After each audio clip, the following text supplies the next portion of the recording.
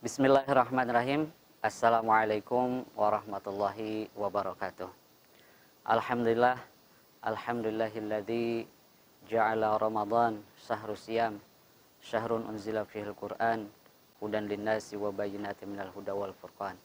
Asyhadu an la ilaha illallah wa asyhadu anna Muhammadar Rasulullah. Rabbi shrah li sadri wa yassir li amri wahlul 'uqdatam min lisani yafqahu qawli ya fatahu ya alim. Puji syukur kita panjatkan kepada Allah Subhanahu wa taala yang tidak henti-hentinya selalu menyayangi dan selalu memberikan kenikmatan kepada hamba-hambanya, baik yang bersyukur ataupun yang kufur. Ini menandakan bahwasanya Allah Subhanahu wa taala akan memberikan hak-hak ibadnya atau hambanya sesuai dengan apa yang dia inginkan. Hadirin yang dirahmati oleh Allah Subhanahu wa taala, pada kali ini kita akan membicarakan sebuah tema yang berjudul tentang syukur mengundang nikmat. Hadirin yang dirahmati oleh Allah Subhanahu wa taala, kalimatus syukri ataupun syukur itu maknanya adalah membuka dan lawannya adalah menutup. Sesuai dengan apa yang disampaikan oleh Allah Subhanahu wa taala di dalam surah Ibrahim ayat 7, A'udzubillahi minasyaitonirrajim. Bismillahirrahmanirrahim. La in syakartum la azidanakum wa la in kafartum inna adzabi lasyadid. Shadaqallahul adzim wa shadaqa rasulul karim. Hadirin yang dirahmati oleh Allah Subhanahu wa taala, maka dengan berbagai macam nikmat yang diberikan oleh Allah kepada kita, kita sebagai seorang muslim di tengah wabah pandemi yang sedemikian mewabah ini, hendaknya kita senantiasa bersyukur kepada Allah Subhanahu wa taala, karena tidak ada satupun, tidak ada sedikit pun yang sia-sia di mata Allah Subhanahu wa taala yang diberikan kepada kita semuanya. Pastinya wabah ini juga akan memberikan manfaat, tapi yang jelas kita harus bagaimana bisa menanggapi kondisi ini dengan cara kita membuka hati kita, membuka jiwa kita, pemikiran kita, bahwasanya Allah Subhanahu wa taala tidak sedang berbuat zalim kepada kita, tetapi justru Allah Subhanahu wa taala menunjukkan kasih sayangnya kepada kita.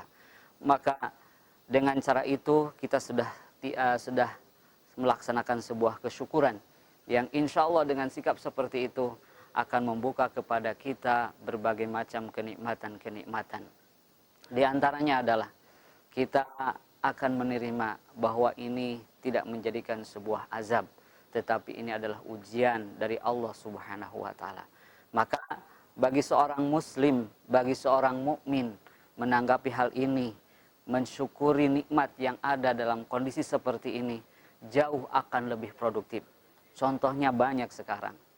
Ada sebagian orang muslim, seorang mukmin yang justru dalam kondisi seperti ini menggunakan hari-harinya untuk belajar, untuk berkreasi, bahkan untuk mentadaburi, bahkan ada yang senantiasa tilawah dan komitmen untuk menghafal beberapa ayat Al-Quran, bahkan komitmen untuk menghafalkannya beberapa juz, bahkan ada yang ingin memurojaah sampai 1 juz.